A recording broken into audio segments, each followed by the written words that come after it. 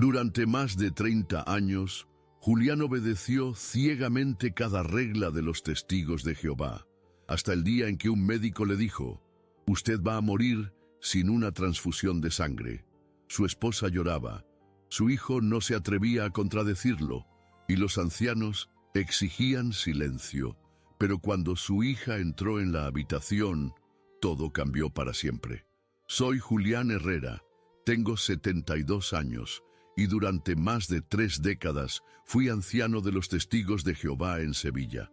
Conocía cada regla como si fuera mi propio apellido, cada versículo que usábamos como escudo contra las dudas, cada discurso que repetíamos hasta que se volvía eco en nuestras gargantas, el olor a papel de las publicaciones, el sonido de las sillas moviéndose en el salón del reino, el murmullo de las oraciones antes de cada reunión.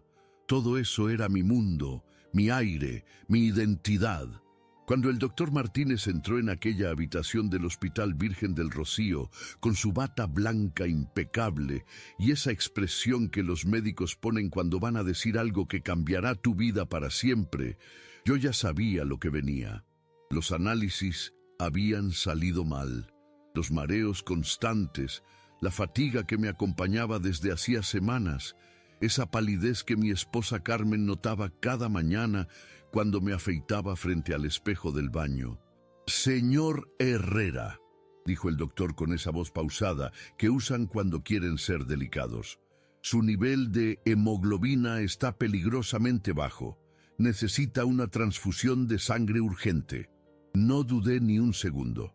Las palabras salieron de mi boca como un resorte automático entrenado durante décadas. «No, doctor, si es la voluntad de Jehová, la acepto».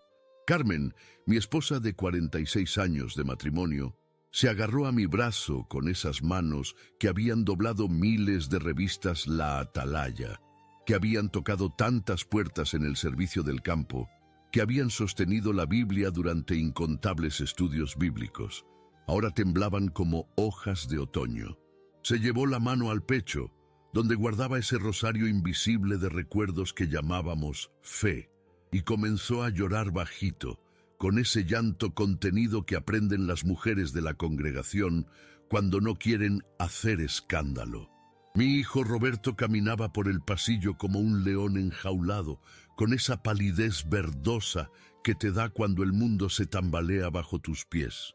Sus zapatos marrones, los mismos que usaba para las reuniones de entre semana, hacían un ruido sordo contra el linóleo del hospital. Cada paso parecía una pregunta que no se atrevía a formular. «Papá, ¿de verdad vas a morir por esto?». Pero Roberto nunca me contradiría. Había sido criado en la verdad, como decíamos nosotros. Desde pequeño aprendió que cuestionar a un anciano, especialmente si ese anciano era su padre, equivalía a cuestionar a Jehová mismo. Así que siguió caminando, tragándose las palabras que se le atoraban en la garganta. No pasaron ni 20 minutos cuando llegaron los hermanos Enrique y Miguel, con sus trajes oscuros impecables y sus corbatas perfectamente anudadas. Los reconocí por el sonido de sus pasos antes de verlos. Pasos firmes, seguros, de hombres que portaban la autoridad de la organización. Venían con sus Biblias en la mano, esas Biblias subrayadas y marcadas que eran como armas de guerra espiritual. «Permanezca firme, hermano Julián», me dijo Enrique, poniendo su mano en mi hombro con esa familiaridad calculada que usábamos entre ancianos. «Recuerde a Job, Jehová está probando su fe». Miguel asintió solemnemente y abrió su Biblia en una página que claramente había marcado de antemano. Hechos 15:29. Comenzó a recitar: «Que se abstengan de sangre. La voluntad de Dios es clara, hermano». Yo asentía, sintiendo que mis párpados pesaban como plomo. Cada latido de mi corazón era más débil que el anterior, pero mi mente seguía funcionando con esa claridad extraña que a veces llega en los momentos límite. Pensé en todas las veces que había dado ese mismo consejo a otros hermanos. En todas las ocasiones en que había citado esos mismos versículos, con esa misma convicción, esa misma certeza absoluta. Es mejor morir fiel a Jehová que vivir transgrediendo sus leyes, murmuré, repitiendo palabras que había pronunciado tantas veces que se habían vuelto automáticas. Los hermanos sonrieron con esa sonrisa triste pero orgullosa que reservábamos para los momentos de testimonio supremo. Carmen seguía llorando en silencio, apretando un pañuelo de papel que ya estaba empapado. Roberto se había detenido en el pasillo y nos miraba a través del cristal de la puerta, con los puños cerrados y la mandíbula tensa. Fue entonces cuando Isabel, mi hija mayor, irrumpió en la habitación como un viento de marzo. Llevaba su cabello recogido en una cola de caballo despeinada, como si hubiera venido corriendo desde el trabajo. Sus ojos, normalmente dulces y comprensivos, brillaban con una determinación que no le había visto nunca. En la mano traía una carpeta de documentos y ese aire de quien ha tomado una decisión irrevocable. «Voy a luchar por él», dijo con una voz que cortó el aire como un cuchillo. El silencio que siguió fue tan denso que se podía tocar. Los hermanos Enrique y Miguel intercambiaron esa mirada que usábamos cuando alguien de la congregación comenzaba a mostrar espíritu independiente. Carmen dejó de llorar por un momento, como si las palabras de Isabel la hubieran devuelto de golpe a la realidad. Roberto entró en la habitación con pasos lentos, sin atreverse a mirar directamente a su hermana.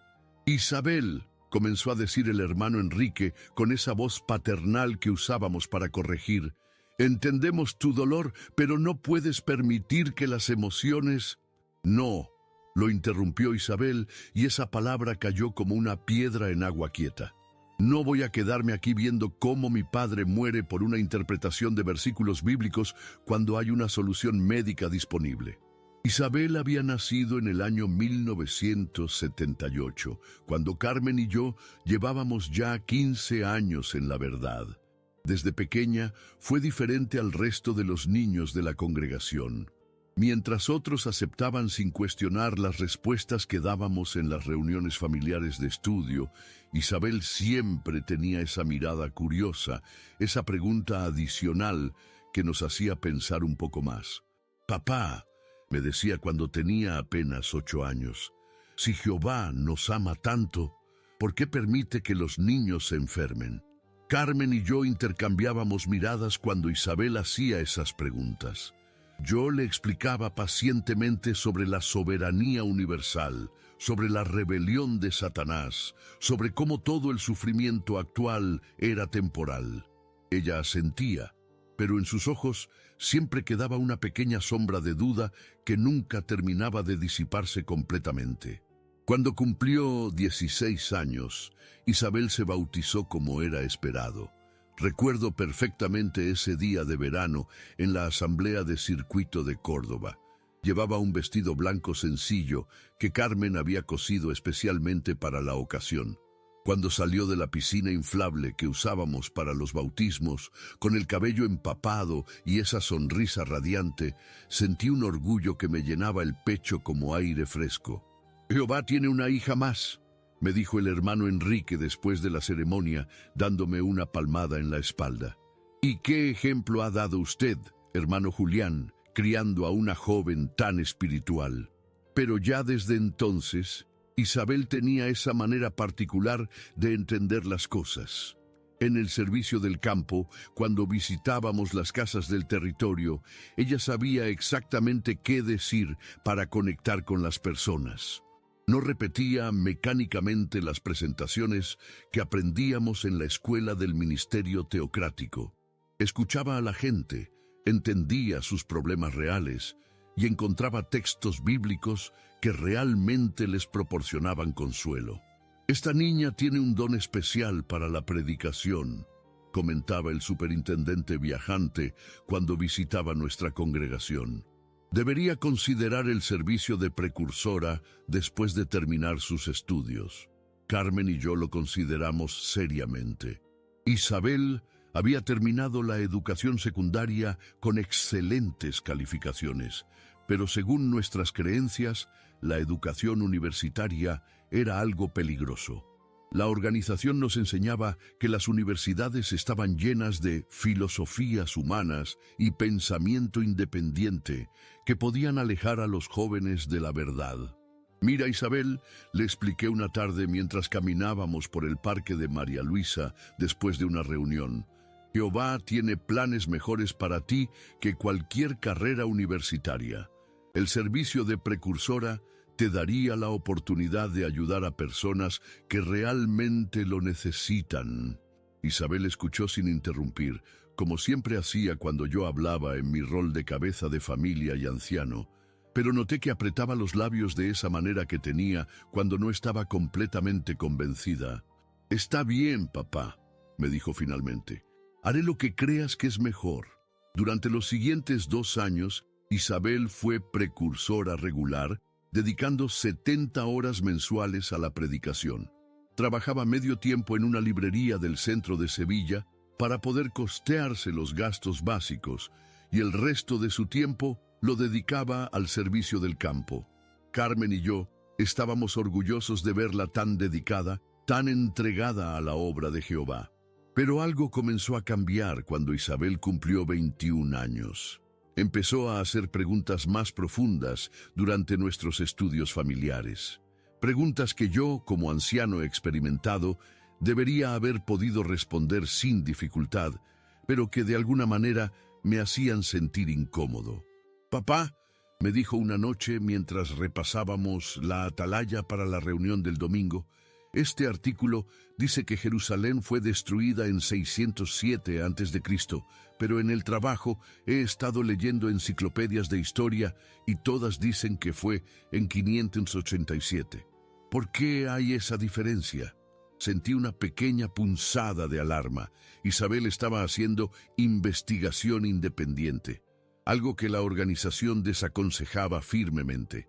Le expliqué que la cronología de la organización era basada en un estudio cuidadoso de las escrituras y que los historiadores seculares a menudo se equivocaban porque no tenían en cuenta la revelación divina. «Pero papá», insistió suavemente, «si tenemos la verdad, ¿no deberían coincidir los hechos históricos con lo que creemos?» Esa pregunta se quedó flotando en el aire como humo. Yo cambié de tema, hablando sobre la importancia de confiar en la organización que Jehová había establecido en la tierra. Isabel asintió, pero esa sombra de duda había crecido un poco más en sus ojos. Los meses siguientes trajeron más preguntas, más momentos incómodos durante nuestros estudios familiares. Isabel preguntaba sobre las generaciones que no pasarían antes del Armagedón, sobre los cambios en las doctrinas que había habido a lo largo de los años, sobre casos de abuso que había escuchado comentar en susurros entre las hermanas de la congregación. Carmen comenzó a preocuparse. «Julián», me decía por las noches cuando estábamos solos en nuestra habitación, «creo que Isabel está siendo influenciada por material apóstata. Tal vez deberíamos hablar con los otros ancianos». Yo no quería admitirlo, pero tenía la misma preocupación. Isabel seguía cumpliendo con todas sus responsabilidades en la congregación, seguía participando en las reuniones, seguía saliendo al servicio del campo, pero había perdido esa chispa de entusiasmo genuino que siempre la había caracterizado. El punto de quiebre llegó cuando Isabel tenía 23 años. Durante una reunión entre semana, el hermano que dirigía la reunión dio una charla sobre la importancia de evitar la educación superior. Citó varios artículos de la Atalaya que describían las universidades como lugares peligrosos donde Satanás usaba la sabiduría humana para apartar a los jóvenes de Jehová. Después de la reunión, mientras caminábamos hacia el automóvil, Isabel me dijo algo que me dejó helado. «Papá, creo que me he perdido oportunidades importantes por seguir consejos que tal vez no eran de Dios». «Isabel», le respondí con la voz más firme que pude conseguir, «esos no son consejos humanos, es la dirección del esclavo fiel y discreto». ¿Y si el esclavo fiel se equivoca a veces? Preguntó con una naturalidad que me aterró. Esa noche no pude dormir. La pregunta de Isabel resonaba en mi mente como campana de alarma. Durante más de 30 años como anciano, había consolado a familias que habían perdido a sus hijos por rechazar transfusiones de sangre. Había participado en comités judiciales que expulsaban a personas por cuestionar la organización, había dado consejos que separaron matrimonios y fragmentaron familias. Todo lo había hecho creyendo firmemente que seguía la voluntad de Dios. Pero la pregunta de Isabel había plantado una semilla que no podía ignorar. ¿Y si nos habíamos equivocado? ¿Y si toda esa obediencia ciega no era fe verdadera, sino miedo disfrazado? Roberto, mi hijo menor, había seguido un camino completamente diferente. Nacido 4 años después que Isabel, había aceptado sin cuestionar todo lo que la organización enseñaba. Se bautizó a los 15 años, se convirtió en siervo ministerial a los 20 y soñaba con llegar a ser anciano algún día. Carmen lo adoraba por su obediencia, por esa manera que tenía de nunca cuestionar, nunca dudar, nunca crear conflictos. Roberto es un regalo de Jehová, solía decir. Mira qué joven tan espiritual tenemos. Pero a veces, cuando observaba a mis 2 hijos juntos, me preguntaba si Roberto era realmente espiritual o simplemente había aprendido mejor que Isabel a callar sus dudas. La mañana que acabé en el hospital, Isabel había venido a desayunar a casa. Era un sábado, y tradicionalmente los sábados eran días de servicio del campo familiar. Pero yo me había levantado sintiendo esos mareos terribles que ya llevaba semanas experimentando. «Papá, tienes muy mal aspecto», me dijo Isabel, mirándome con esa preocupación genuina que siempre la había caracterizado. «Deberías ver a un médico. Jehová cuidará de mí», le respondí automáticamente, usando esa frase que había repetido tantas veces cuando alguien en la congregación se enfermaba. Isabel me miró con esa expresión que conocía tan bien, esa mezcla de amor y frustración que aparecía en su rostro cuando yo me refugiaba en respuestas automáticas en lugar de enfrentar la realidad. «Papá», me dijo con una suavidad que me desarmaría completamente, «creo que Dios nos dio médicos por una razón». Después de que Isabel pronunció esas palabras que cortaron el aire del hospital como una espada, el silencio se volvió tan espeso que parecía sólido. Los hermanos Enrique y Miguel intercambiaron esa mirada que yo conocía demasiado bien, la expresión de ancianos que acababan de identificar una amenaza espiritual que debía ser neutralizada inmediatamente. Carmen se secó las lágrimas con el pañuelo arrugado y miró a nuestra hija con una mezcla de terror y súplica. «Hija, no lo hagas», susurró con una voz tan quebrada que apenas se podía escuchar. «Piensa en lo que estás diciendo». Roberto finalmente entró completamente en la habitación, con los pasos lentos de quien camina hacia un abismo. Sus ojos se movían entre Isabel y los ancianos, como si estuviera viendo una película de la cual no podía cambiar el canal. Sabía que cualquier palabra que dijera tendría consecuencias enormes para toda la familia. El hermano Enrique carraspeó y adoptó esa postura que usábamos cuando teníamos que corregir con amor a algún miembro de la congregación que se estaba desviando del camino correcto. Isabel comenzó con esa voz pausada y paternal que había perfeccionado durante décadas de comités judiciales. «Entendemos que este es un momento muy difícil para ti, pero no puedes permitir que las emociones nublen tu juicio espiritual». Isabel lo miró directamente a los ojos sin pestañear. Durante un momento vi en ella a la niña de 8 años que me preguntaba por qué Dios permitía que los niños se enfermaran. Pero ahora esa curiosidad infantil se había transformado en algo más poderoso, una determinación férrea que no reconocía autoridad humana cuando se trataba de salvar la vida de su padre. «Hermano Enrique», respondió con una calma que me sorprendió, Con todo respeto, no estamos hablando de juicio espiritual. Estamos hablando de la vida de mi padre. El hermano Miguel abrió su Biblia rápidamente, buscando los versículos que todos conocíamos de memoria. Era el procedimiento estándar. Cuando alguien cuestionaba las doctrinas de la organización, había que bombardearlo con citas bíblicas hasta que se sometiera o se marchara. Hechos 15:29 comenzó a recitar que se abstengan de sangre. No son palabras humanas, Isabel, es la palabra de Dios. Y también está escrito, replicó Isabel sin dudar, que Dios quiere misericordia y no sacrificio. ¿Dónde está la misericordia en dejar morir a un hombre bueno cuando existe una solución médica disponible? La tensión en la habitación se volvió casi insoportable. Carmen se llevó las manos al pecho y comenzó a murmurar una oración en voz baja, como si estuviera presenciando una batalla espiritual entre las fuerzas del bien y del mal. Roberto se apoyó contra la pared, claramente abrumado por la magnitud de lo que estaba sucediendo. Yo permanecí en silencio, sintiendo cómo mi cuerpo se debilitaba con cada latido de mi corazón, pero al mismo tiempo experimentando algo extraño. Una parte de mí se sentía orgullosa de Isabel, orgullosa de su coraje, de su negativa a aceptar respuestas automáticas cuando la vida estaba en juego.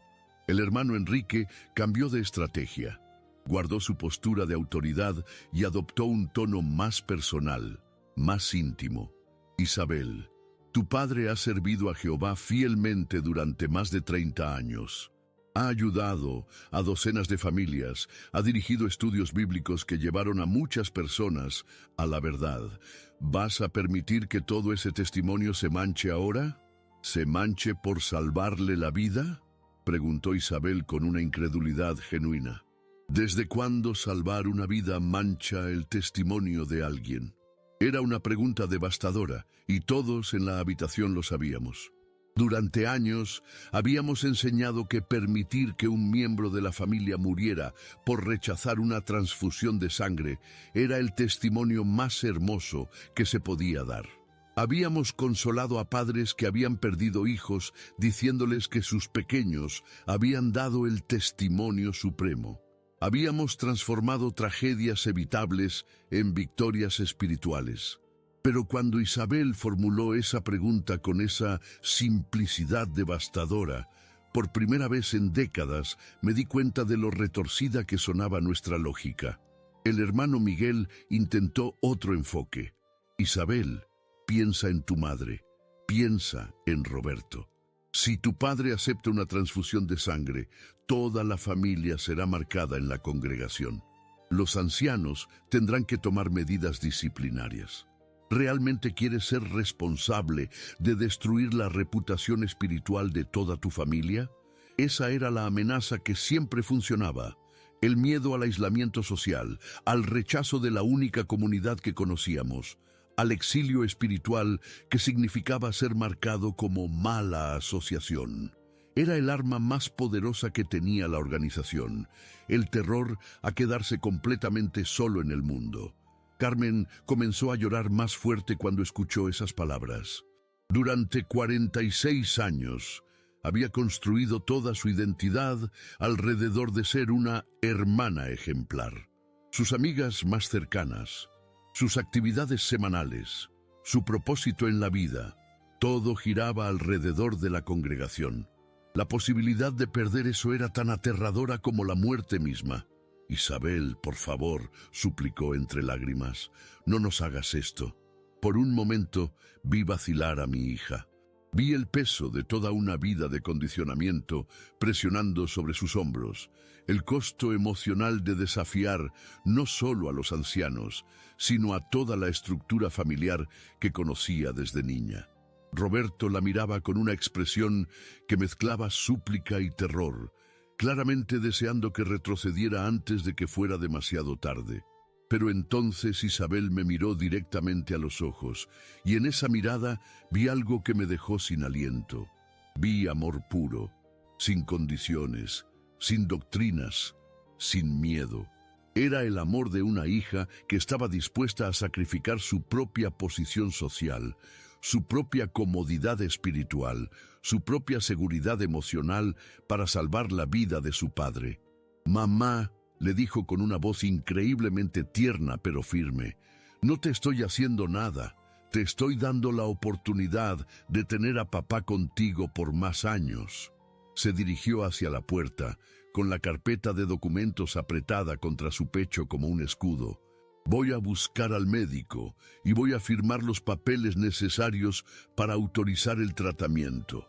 Como hija mayor y con poder notarial que papá me otorgó el año pasado, tengo derecho legal a tomar esta decisión cuando él no está en condiciones de hacerlo». Los hermanos Enrique y Miguel se pusieron de pie simultáneamente, como soldados que reciben una orden de ataque. «Isabel», dijo Enrique con una voz que había perdido toda pretensión de paternalismo amoroso, «si haces esto, las consecuencias espirituales serán severas, no solo para ti, sino para toda tu familia». Isabel se detuvo en la puerta y se volvió para mirarlo. «Hermano Enrique», le dijo con una calma que me erizó la piel, «si Dios me va a castigar por salvar la vida de mi padre, entonces tal vez no es el Dios al que quiero servir». Y con esas palabras salió de la habitación dejando tras de sí un silencio que parecía el fin del mundo. Los minutos que siguieron fueron los más extraños de mi vida. Yo estaba allí, acostado en esa cama de hospital, sintiendo cómo la vida se me escapaba gota a gota, pero al mismo tiempo experimentando una claridad mental que no había tenido en años. Por primera vez en décadas no estaba pensando en lo que diría la organización. No estaba calculando las consecuencias espirituales de mis acciones. No estaba preocupándome por mantener mi reputación de anciano ejemplar. Estaba simplemente allí, siendo Julián Herrera, un hombre de 72 años que quería vivir un poco más. Carmen se acercó a mi cama y tomó mi mano con las suyas, que temblaban como las alas de un pájaro herido. «Julián», me susurró, «¿qué vamos a hacer?». Era la primera vez en nuestro matrimonio que ella me hacía esa pregunta. Durante más de 4 décadas, yo había sido la autoridad incuestionable en todos los asuntos familiares. Yo decidía a qué congregación íbamos, cuántas horas de servicio del campo haríamos cada mes, qué material de la organización estudiaríamos en nuestras reuniones familiares, incluso qué tipo de entretenimiento era apropiado para nosotros. Pero ahora, en el momento más crucial de nuestras vidas, Carmen me estaba preguntando qué hacer en lugar de simplemente esperar que yo le dijera cuál era la decisión correcta. «No lo sé», le respondí. Y esas 3 palabras contenían la confesión más honesta que había hecho en años. Roberto se acercó por el otro lado de la cama y por primera vez noté lo pálido que estaba. Sus manos, normalmente firmes y seguras, temblaban mientras se aferraba al barandal de la cama. «Papá», me dijo con una voz que parecía salir de un pozo profundo, «¿tú quieres la transfusión?». Era otra pregunta devastadora. Durante toda mi vida en la organización, habíamos sido entrenados para responder automáticamente que preferiríamos morir antes que aceptar sangre. Era parte de nuestro adoctrinamiento básico, algo que repetíamos sin pensar, como el Padre Nuestro o las tablas de multiplicar. Pero Roberto no me estaba preguntando qué decía la organización. Me estaba preguntando qué quería yo, Julián Herrera, el hombre, no el anciano. Yo comencé y luego me detuve. ¿Qué quería realmente? Quería morir como un mártir, convertirme en una de esas historias que contaríamos en las reuniones sobre hermanos que permanecieron fieles hasta la muerte. O quería vivir para ver crecer a mis nietos, para caminar de nuevo por las calles de Sevilla con Carmen, para tener la oportunidad de conocer realmente a mis hijos sin los filtros de la doctrina organizacional. «Quiero vivir», susurré finalmente, y esas 2 palabras cayeron en la habitación como piedras en un estanque silencioso. Los hermanos Enrique y Miguel intercambiaron otra de esas miradas cargadas de significado. Era evidente que habían perdido la batalla por mi alma, pero aún no estaban dispuestos a rendirse completamente. «Hermano Julián», dijo Miguel con una voz que intentaba sonar comprensiva, pero que estaba cargada de reproche. «Entendemos que el miedo a la muerte puede hacer que una persona diga cosas que no siente realmente. Cuando te recuperes de esta debilidad física, estamos seguros de que recordarás los principios bíblicos que has enseñado durante tantos años». Era una salida elegante que me estaban ofreciendo, una manera de aceptar la transfusión y luego, cuando estuviera recuperado, arrepentirme públicamente, explicar que había sido la debilidad física la que me había hecho tomar una decisión equivocada. Había visto a otros hermanos hacer exactamente eso, aceptar tratamientos médicos en momentos de crisis y luego buscar el perdón de la congregación cuando estaban fuera de peligro. Pero algo dentro de mí se rebeló contra esa posibilidad. Tal vez era la influencia de las preguntas honestas de Isabel durante todos esos años. Tal vez era el cansancio de décadas de vivir según reglas que no había elegido conscientemente. O tal vez era simplemente que al estar tan cerca de la muerte, había perdido el miedo a las consecuencias sociales de decir la verdad. «No», les dije con una firmeza que me sorprendió a mí mismo. «No es la debilidad física.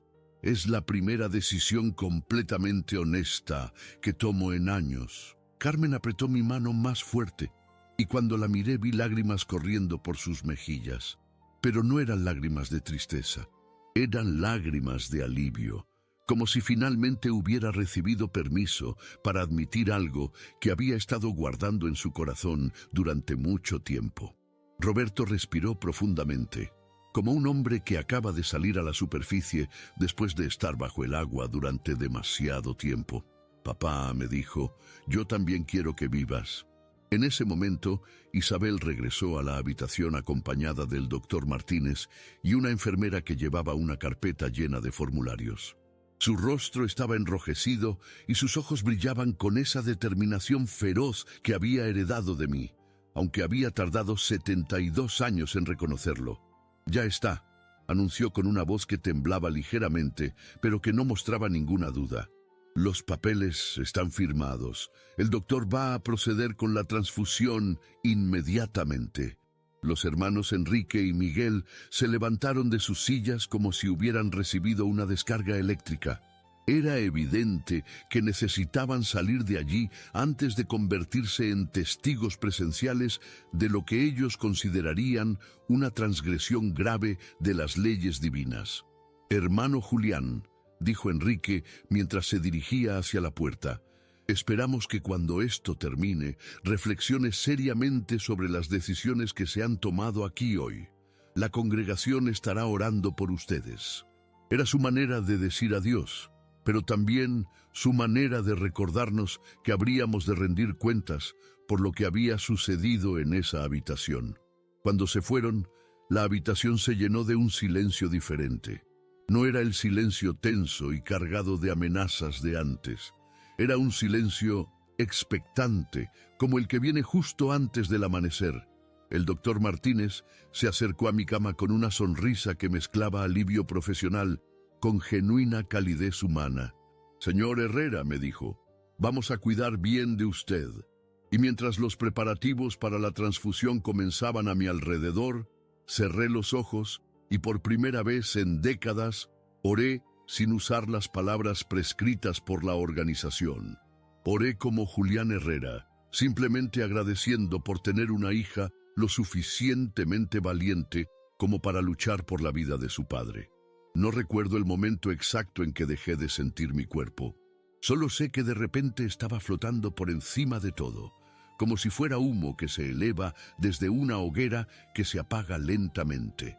Desde esa perspectiva extraña y silenciosa, podía ver mi propio cuerpo en la cama del hospital, pálido, inmóvil, conectado a máquinas que parpadeaban con luces rojas y verdes. Era como ver una película de la cual yo era el protagonista, pero desde la butaca de un espectador invisible. Los médicos se movían alrededor de mi cuerpo con esa urgencia controlada que tienen los profesionales entrenados para lidiar con emergencias. El doctor Martínez hablaba en voz baja pero firme a la enfermera, quien preparaba las bolsas de sangre con movimientos precisos y rápidos. Todo sucedía en un silencio extraño, como si alguien hubiera bajado el volumen del mundo.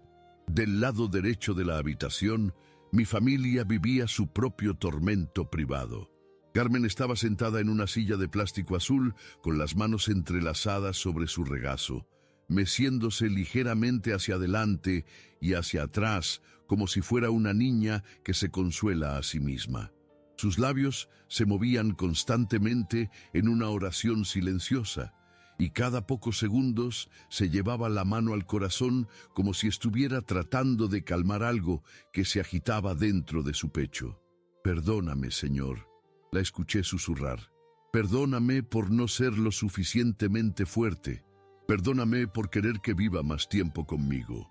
Roberto estaba apoyado contra la pared del fondo, con los brazos cruzados sobre el pecho y la cabeza inclinada hacia abajo.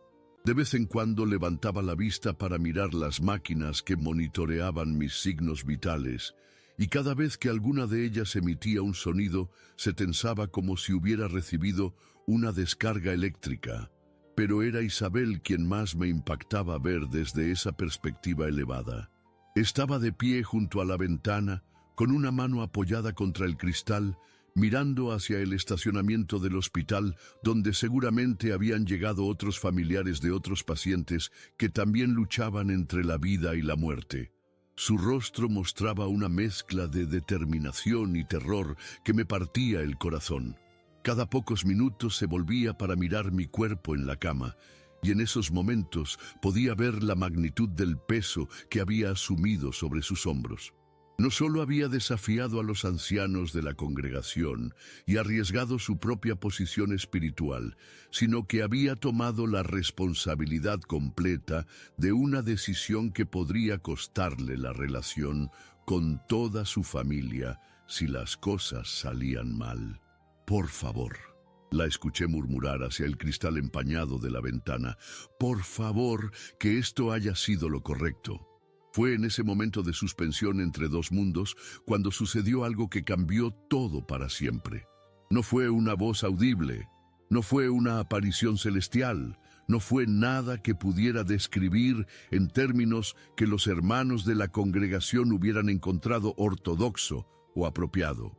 Fue una certeza que llegó desde algún lugar más profundo que mis pensamientos, más claro que mis emociones, más real que cualquier cosa que hubiera experimentado en 72 años de vida. Una certeza que se asentó en mi conciencia como agua fresca en tierra seca. Aún no es tu momento, Julián. No uses mi nombre para rechazar el regalo que yo mismo te he dado. No eran las palabras exactas que habría esperado de una comunicación divina.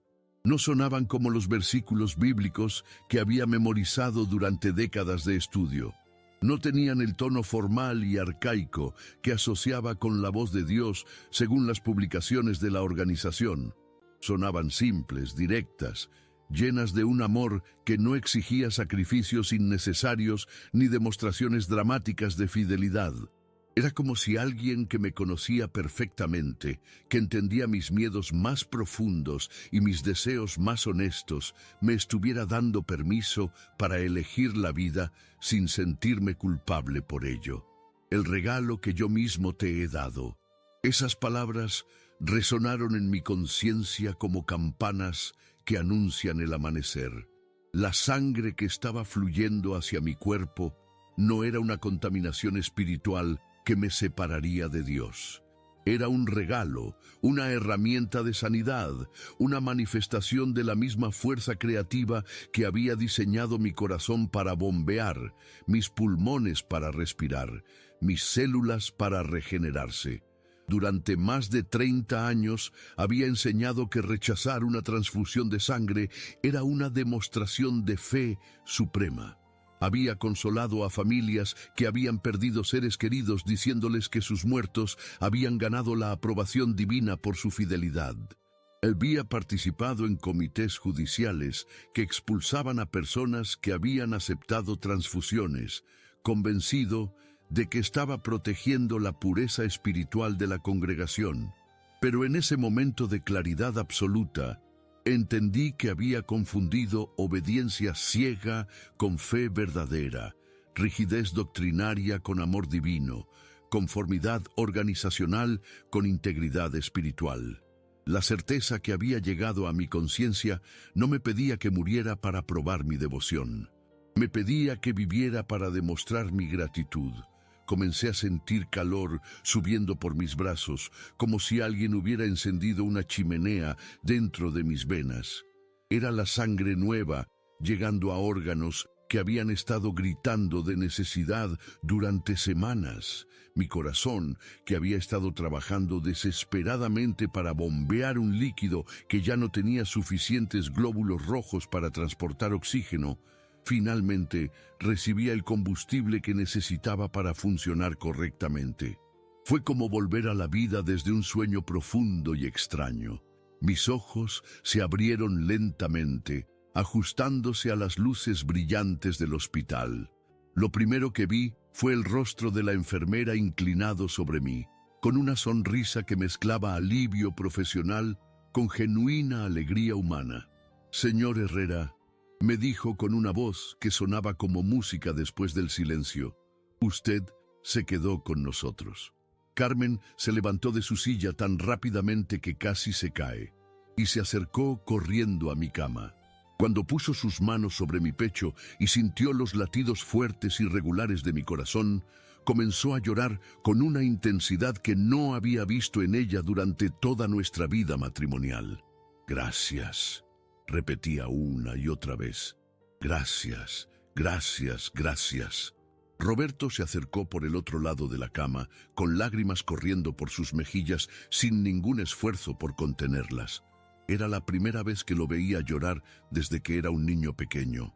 Puso su mano sobre la mía y la apretó con una fuerza que me confirmó que estaba realmente de vuelta, realmente vivo, realmente presente.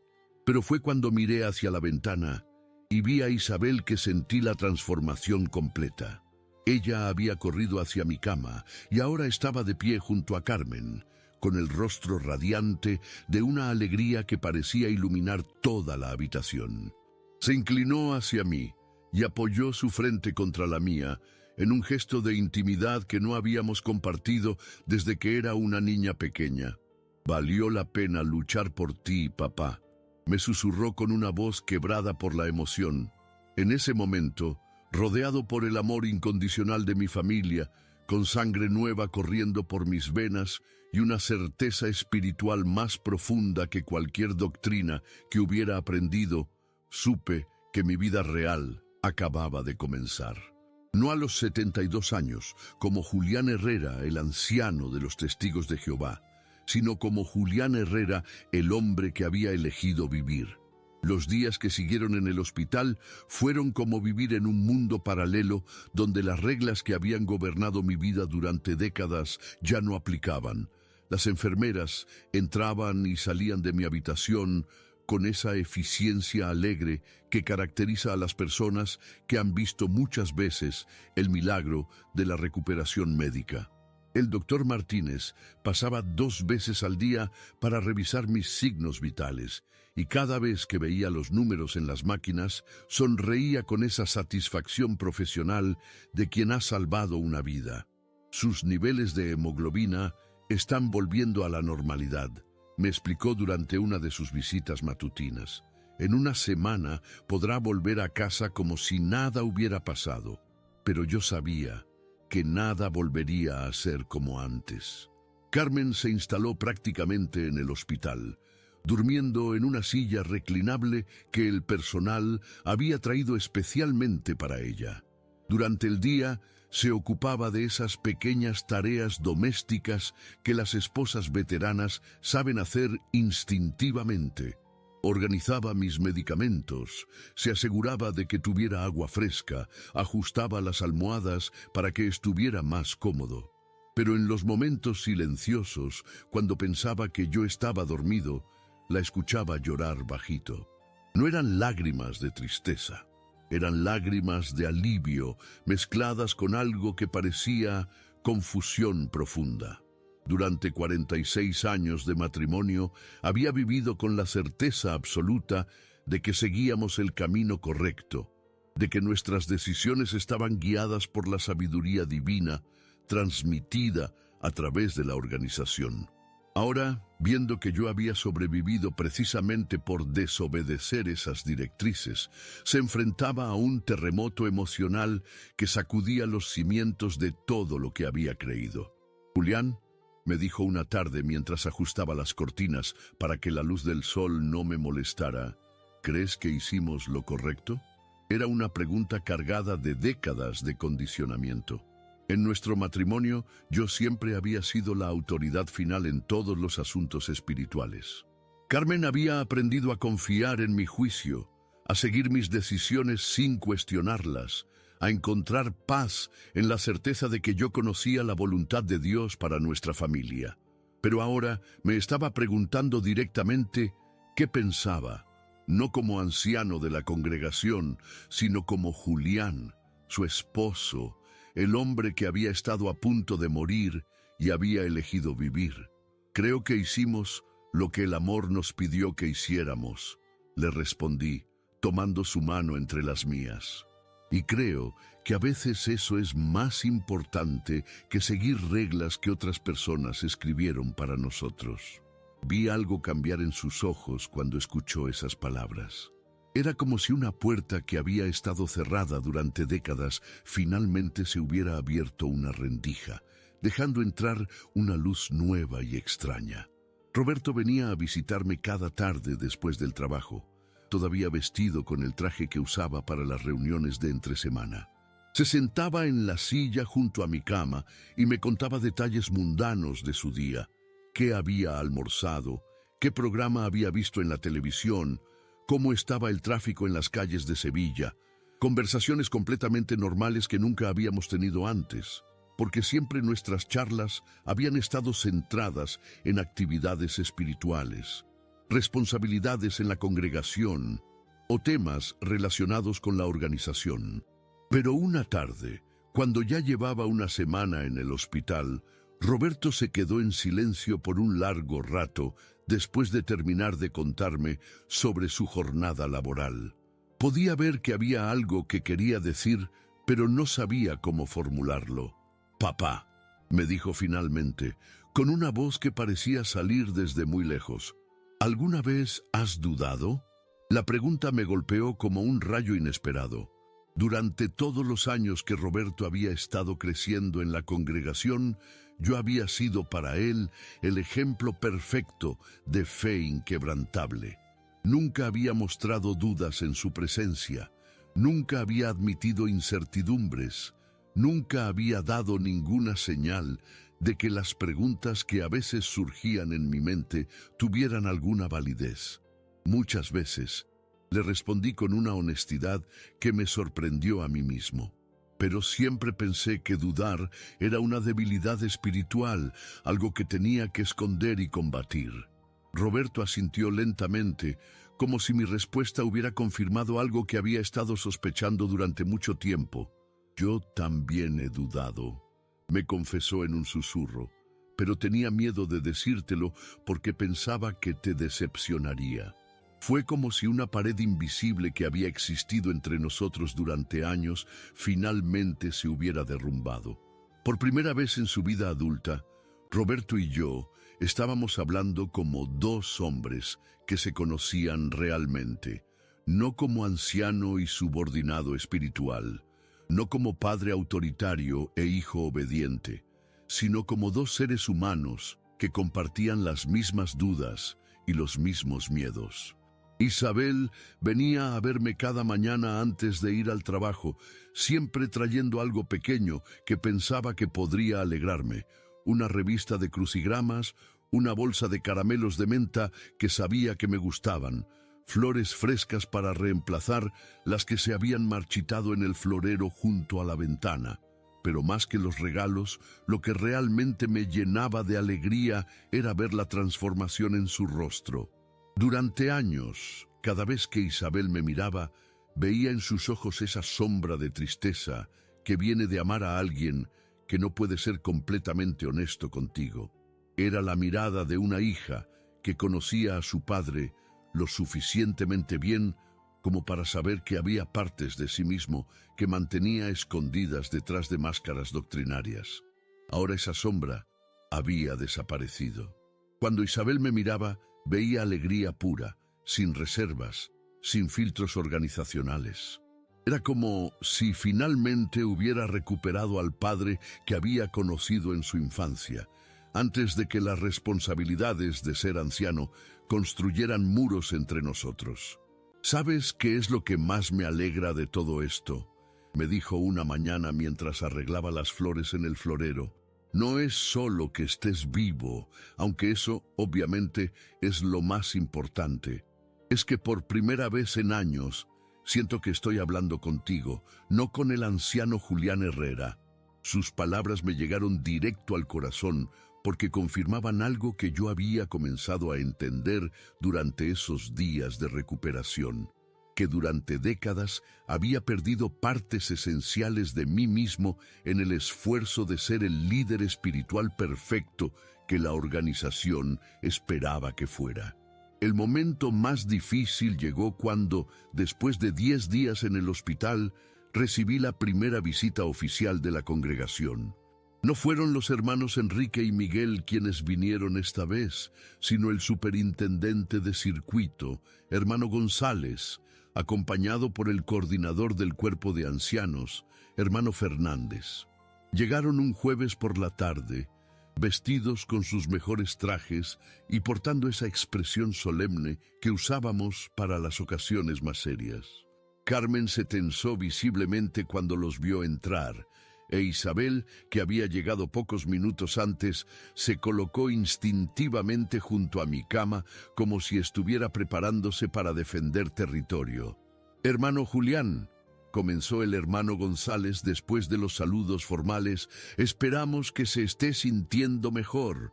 «Mucho mejor, gracias», respondí, sin saber exactamente hacia dónde se dirigía la conversación, pero sospechando que no sería agradable. «Hemos venido para hablar sobre lo que pasó aquí», continuó con esa voz cuidadosamente modulada que usábamos cuando teníamos que abordar temas delicados.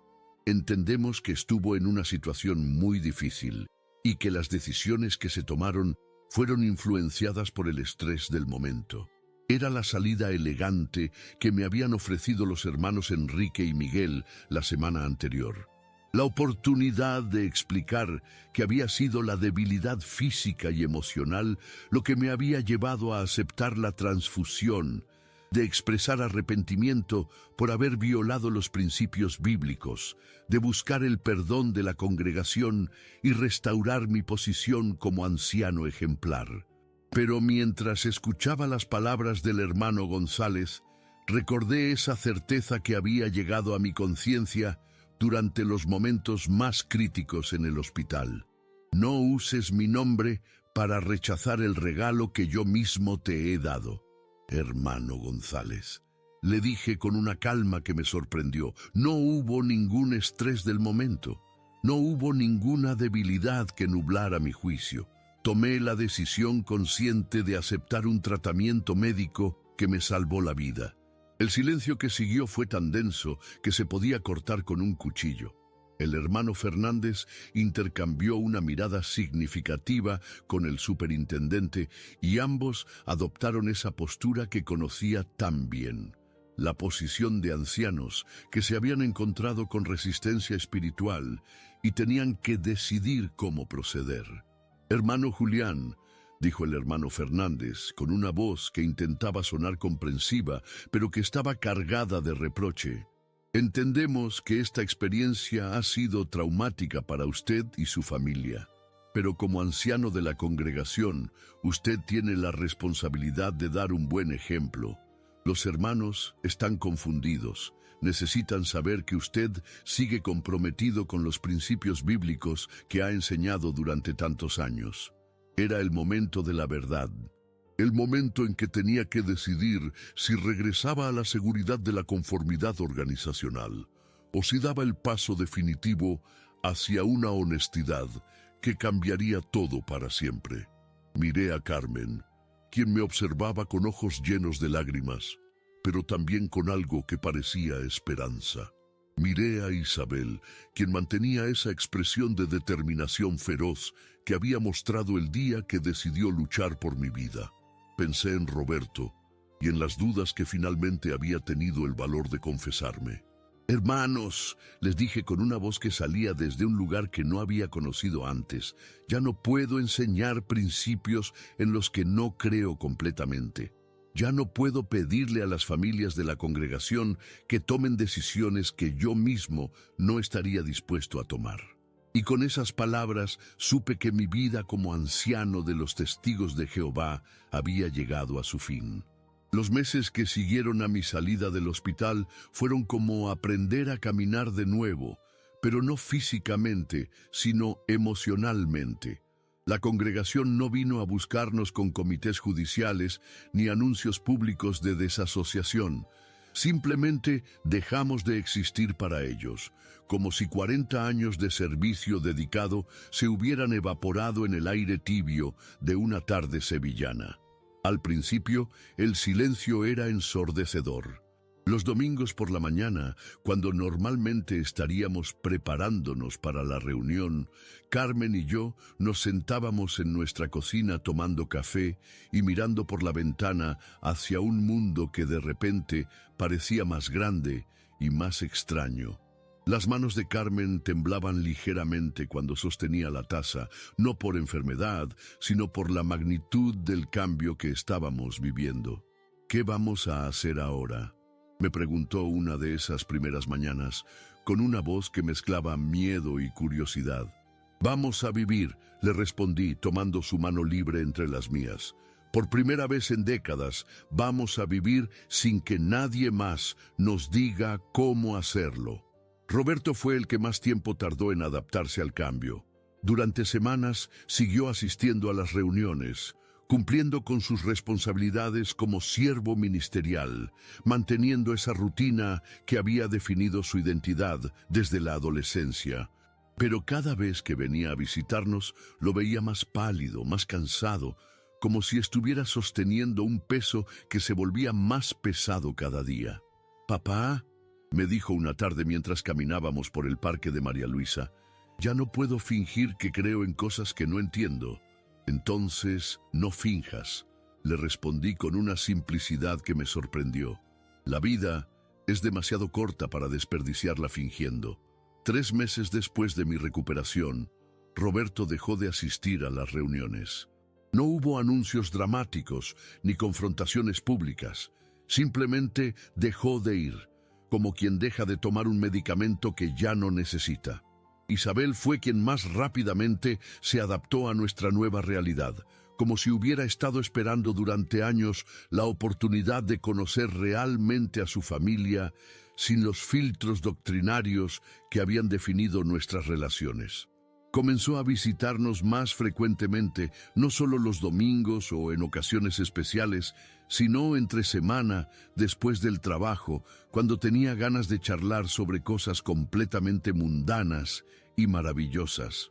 «¿Sabes qué es lo más extraño de todo esto?», me dijo una tarde mientras preparábamos juntos la cena en nuestra cocina. «Que finalmente puedo preguntarte qué opinas sobre las cosas sin tener que filtrar tu respuesta a través de lo que dice la atalaya». Tenía razón. Por primera vez en décadas, nuestras conversaciones eran auténticas, sin guiones preestablecidos ni respuestas correctas predeterminadas. Hablábamos sobre libros que habíamos leído, películas que nos habían gustado, recuerdos de cuando los niños eran pequeños, sueños que habíamos guardado en cajones cerrados durante demasiado tiempo. Carmen comenzó a redescubrir partes de sí misma que había enterrado bajo décadas de ser la esposa ejemplar de un anciano. Se inscribió en un curso de pintura en acuarela en el centro comunitario del barrio algo que había querido hacer desde hacía años, pero que nunca se había permitido porque no era tiempo para pasatiempos mundanos. Mira lo que pinté hoy, me decía cada jueves cuando regresaba de su clase, con los ojos brillando de una alegría que no había visto en ella desde que éramos novios. Sus primeras pinturas eran torpes y vacilantes, pero cada semana mostraba más confianza, más color, más vida. El cambio más profundo llegó gradualmente en mi relación con lo divino. Durante más de 30 años, mi espiritualidad había estado mediada por publicaciones, reuniones, estructuras organizacionales que me decían cuándo orar, cómo orar, qué pedir en las oraciones. Ahora, sentado en el pequeño jardín trasero de nuestra casa, viendo cómo Carmen regaba sus plantas nuevas mientras el sol se ponía detrás de los tejados de Sevilla, podía orar sin palabras prescritas. Podía simplemente estar agradecido. Agradecido por estar vivo, por tener más tiempo con Carmen, por conocer realmente a mis hijos, por las pequeñas cosas que antes consideraba distracciones del servicio sagrado. El sabor del café por la mañana, el sonido de la lluvia contra las ventanas, la risa de Carmen cuando se manchaba las manos de pintura. ¿Te arrepientes?, me preguntó Isabel durante una de nuestras cenas dominicales familiares, esas reuniones que habíamos comenzado a celebrar en lugar de ir a las reuniones de la congregación. La pregunta me hizo reflexionar. ¿Me arrepentía de haber perdido amistades de décadas? ¿De haber abandonado una estructura social que había definido mi identidad durante la mayor parte de mi vida adulta? ¿De haber elegido la incertidumbre sobre la seguridad de la conformidad? Me arrepiento de haber tardado tanto tiempo en escuchar realmente, le respondí. Me arrepiento de todas las veces que elegí la obediencia ciega sobre el amor genuino. Roberto asintió desde el otro lado de la mesa, comprendiendo exactamente lo que quería decir. Carmen tomó mi mano y la apretó suavemente, con esa sonrisa que había aprendido a reconocer como su expresión más auténtica de felicidad. El año pasado, cuando cumplí 73 años, Isabel llegó a casa con un pastel de chocolate y velas de colores. Era la primera vez en mi vida que celebraba un cumpleaños, algo que la organización prohibía por considerar una práctica pagana. «Papá», me dijo mientras encendía las velas una por una, «hoy celebramos que estás aquí con nosotros». Cuando soplé las velas y vi las caras de mi familia iluminadas por la luz dorada de la tarde que entraba por la ventana de la cocina, sentí lágrimas calientes corriendo por mis mejillas. No eran lágrimas de tristeza, sino de una gratitud tan profunda que no tenía palabras para expresarla. Por primera vez en décadas, agradecí a Dios no por la oportunidad de morir fiel, sino por la oportunidad de vivir auténticamente. Ahora, cuando camino por las calles de Sevilla con Carmen, tomados de la mano como hacíamos cuando éramos novios, a veces me encuentro con hermanos de la congregación que conocí durante años. Algunos desvían la mirada rápidamente, como si fuéramos fantasmas de una vida anterior. Otros nos saludan con esa cortesía distante que reservan para las personas que han abandonado la verdad. Pero yo no guardo rencor. Entiendo perfectamente el miedo que sienten, porque durante décadas yo sentí el mismo miedo. El terror a cuestionar, a dudar, a elegir el amor sobre la doctrina cuando ambos parecían entrar en conflicto. Guardo la memoria del techo blanco del hospital, del sonido de las máquinas que monitoreaban mis signos vitales, de esa certeza profunda que me llegó en el momento más crítico. Aún no es tu momento. Guardo la imagen de Isabel regresando del juzgado con el cabello desordenado y los ojos enrojecidos, sosteniendo los papeles que me dieron una segunda oportunidad de vida. Guardo el recuerdo de las lágrimas de Carmen cuando me desperté después de la transfusión y la sensación de las manos de Roberto apretando la mía con una fuerza que me confirmaba que estaba realmente vivo. Hoy Cuando la gente me pregunta cuál fue la mejor decisión de mi vida, ya no dudo en responder, abrir los ojos. Abrir los ojos para ver que el amor genuino a veces requiere coraje para desobedecer reglas humanas. Abrir los ojos para entender que vivir auténticamente es más valioso que morir obedientemente. Abrir los ojos para reconocer que Dios me dio una familia que estuvo dispuesta a luchar por mi vida cuando yo había perdido la voluntad de luchar por ella. Y cada mañana, cuando me despierto junto a Carmen y escucho los sonidos de Sevilla despertando a través de nuestra ventana, sé que elegí correctamente. Elegí vivir. Esta es una historia real, compartida por uno de nuestros suscriptores. Muchas gracias por confiar en nosotros. Si tú también tienes una historia que te gustaría compartir, escríbela en los comentarios. Estaremos muy felices de contar tu historia en nuestro canal.